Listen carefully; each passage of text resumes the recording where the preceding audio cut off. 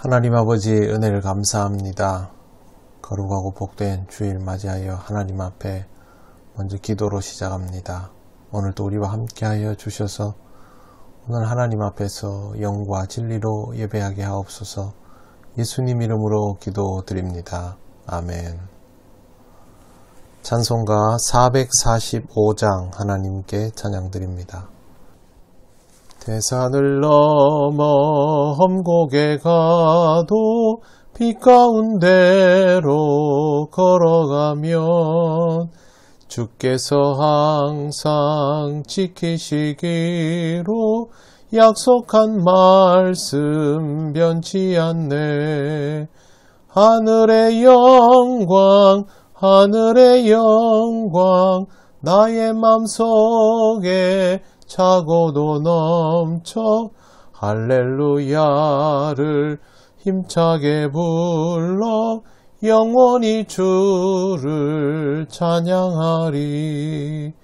캄캄한 밤에 다닐지라도 주께서 나의 길 되시고 나에게 밝은 빛이 되시니 길 잃어버릴 염려 없네. 하늘의 영광 나의 맘속에 차고도 넘쳐 할렐루야를 힘차게 불러 영원히 주를 찬양하리. 광명한 그 빛 마음의 바다 찬란한 천국 바라보고 할렐루야를 힘차게 불러 날마다 빛에 걸어가리. 하늘의 영광 나의 맘속에 차고도 넘쳐 할렐루야를 힘차게 불러 영원히 주를 찬양하리. 하나님 말씀 사무엘하 20장 4절에서 13절까지입니다. 말씀을 봉독합니다. 왕이 아마사에게 이르되 너는 나를 위하여 3일 내로 유다 사람을 큰 소리로 불러 모으고 너도 여기 있으라 하니라. 아마사가 유다 사람을 모으러 가더니 왕이 정한 기일에 지체된지라. 다윗이 이에 아비새에게 이르되 이제 비그리의 아들 세바가 압살롬보다 우리를 더 헤아리니 너는 내 주의 부하들을 데리고 그의 뒤를 쫓아가라. 그가 견고한 성읍에 들어가 우리들을 피할까 염려하노라 하매 요압을 따르는 자들과 그렛 사람들과 블레셋 사람들과 모든 용사들이 다 아비새를 따라 비그리의 아들 세바를 뒤쫓으려고 예루살렘에서 나와 기브온 큰 바위 곁에 이름에 아마사가 맞으러 오니 그때에 요압이 군복을 입고 띠를 띠고 칼집에 꽂은 칼을 허리에 맸는데 그가 나아갈 때에 칼이 빠져 떨어졌더라. 요압이 아마사에게 이르되 내 형은 평안하냐 하며 오른손으로 아마사의 수염을 잡고 그와 입을 맞추려는 체하매 아마사가 요압의 손에 있는 칼은 주의하지 아니한지라. 요압이 칼로 그의 배를 찌르매 그의 창자가 땅에 쏟아지니 그를 다시 치지 아니하여도 죽으니라.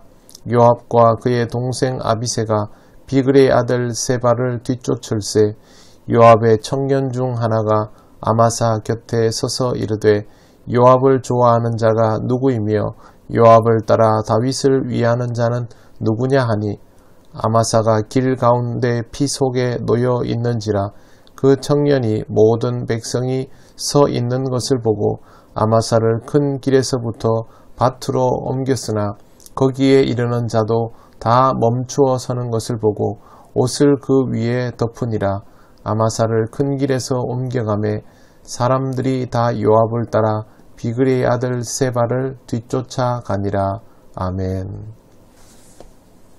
다윗 왕은 아마사에게 자신을 위해서 3일 내로 유다 사람을 불러 모으라고 명을 내립니다.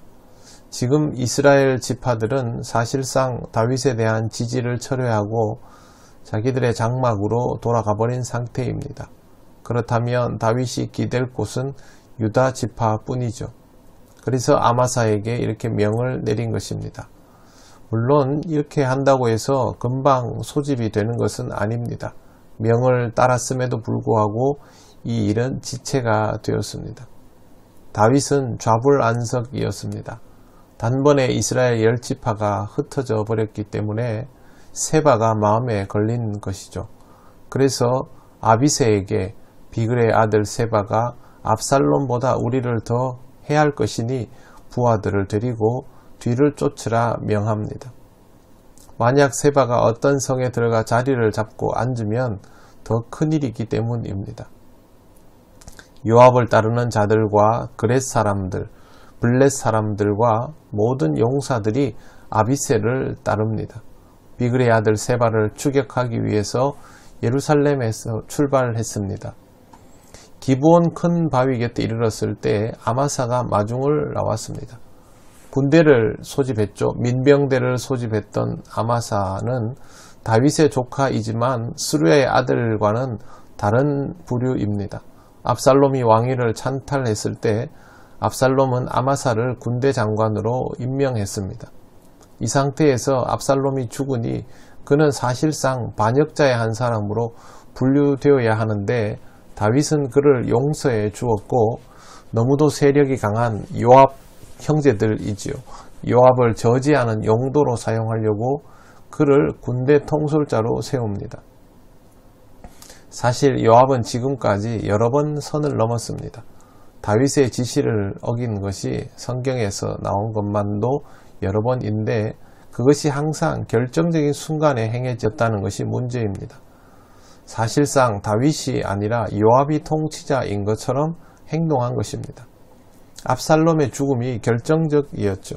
그때도 다윗의 말을 듣지 않았습니다.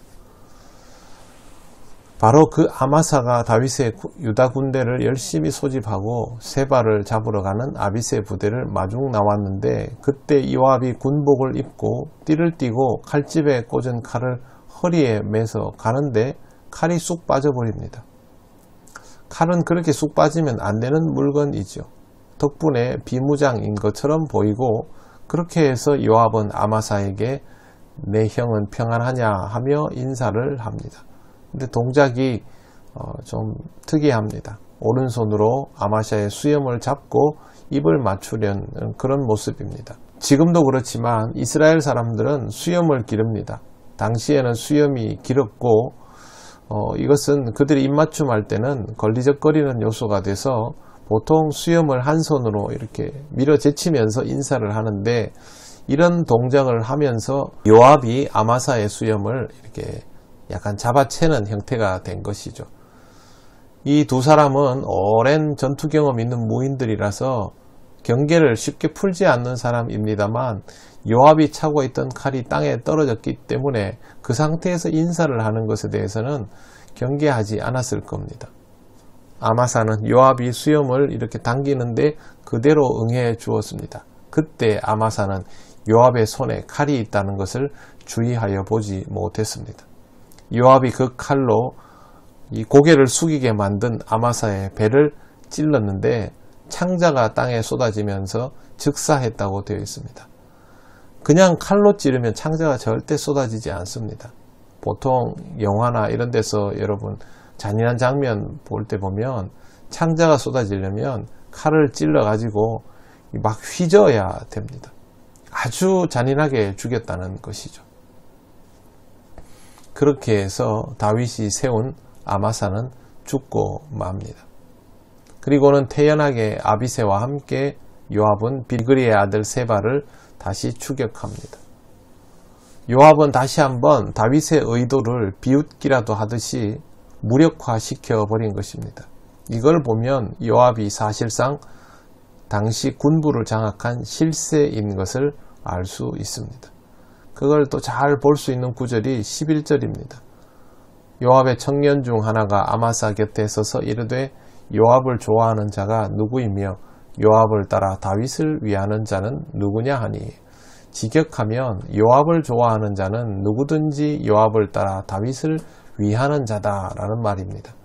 요압을 따르는 것과 다윗을 따르는 것이 별개가 아니라는 말인데 물론 요압이 그만큼 다윗의 충성스러운 부하라는 뜻으로 말한 겁니다. 하지만 요압의 부하가 이렇게 말하는 것이 무슨 신빙성이 있겠습니까?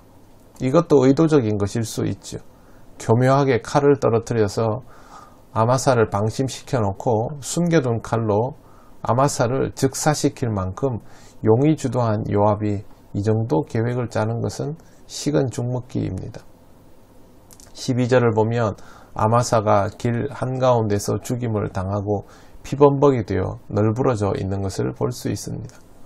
사람들이 주변에 많았다라고 되어 있는 것을 보면 정말 요압이 무지막지하게 이 일을 행했음을 알 수 있습니다. 보통 암살을 하죠, 이럴 때는. 그런데 대로변에서 이렇게 한다는 것은 요압을 아무도 손댈 수 없는 상황이라는 뜻입니다.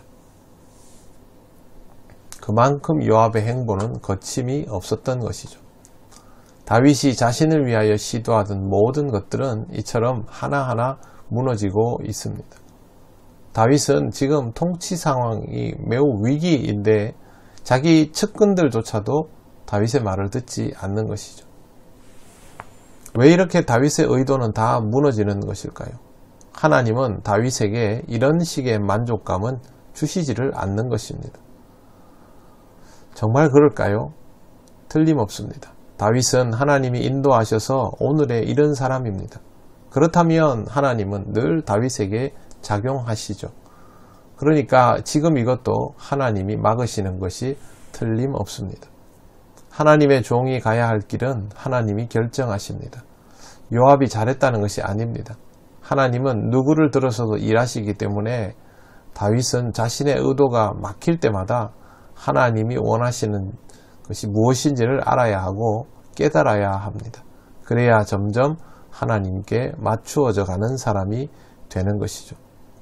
하나님이 열어주시는 것과 하나님이 막으시는 것을 잘 구별하여 보시는 것이 중요합니다. 그래야만 점점 하나님께 맞추어지는 지혜로운 사람이 될 수 있습니다. 여러분들도 모두 저도 마찬가지지만 하나님의 종입니다.